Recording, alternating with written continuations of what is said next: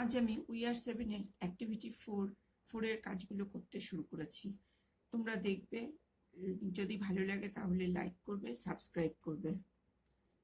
Number 1, pick out the expression that describe the appearance of the girl.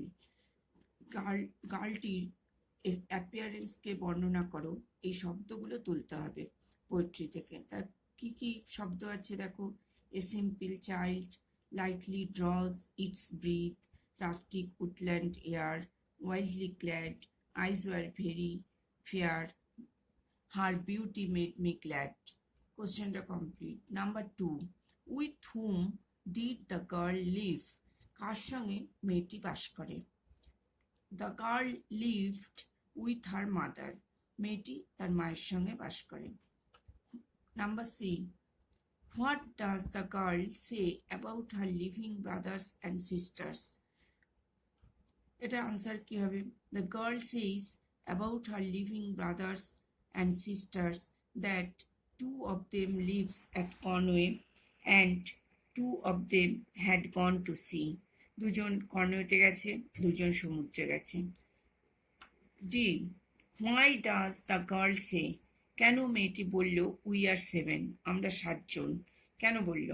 The girl says, মেয়েটি বলল that they were 7 because she did not know what is the meaning of death. সে জানে না মৃত্যুর মানে কি, তাই সে এখানে we are 7 বলেছে। অ্যাক্টিভিটি 5 কি বলছে? Make sentences with the following words. যেই শব্দগুলো আছে সেই দ্বারা সাহায্যে বাক্য রচনা করো।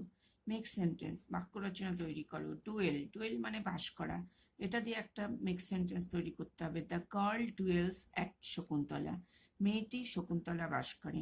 ক্লাস্টার্ড মানে গুচ্ছ। The new leaves clustered round the tree, নতুন পাতা গাছের মধ্যে গুচ্ছ রয়েছে। রাস্টিক মানে গ্রাম্য।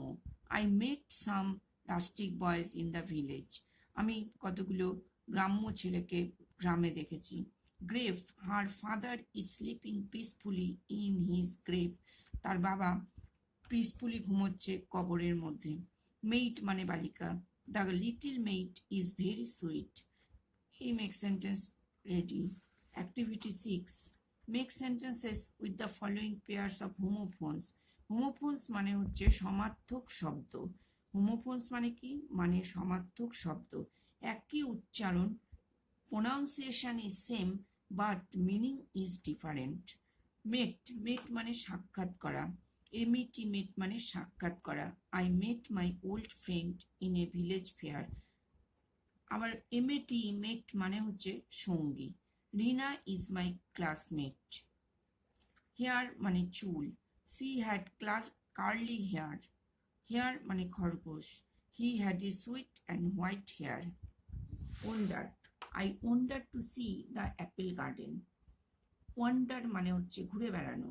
হি ওয়ান্ডার্স এইমলেসলি হেয়ার অ্যান্ড দেয়ার, সে উদ্দেশ্যহীনভাবে এখানে সেখানে ঘুরে বেড়ায়। 2 মানে 2। আই হ্যাভ 2 ব্রাদার্স, আমার 2 ভাই আছে।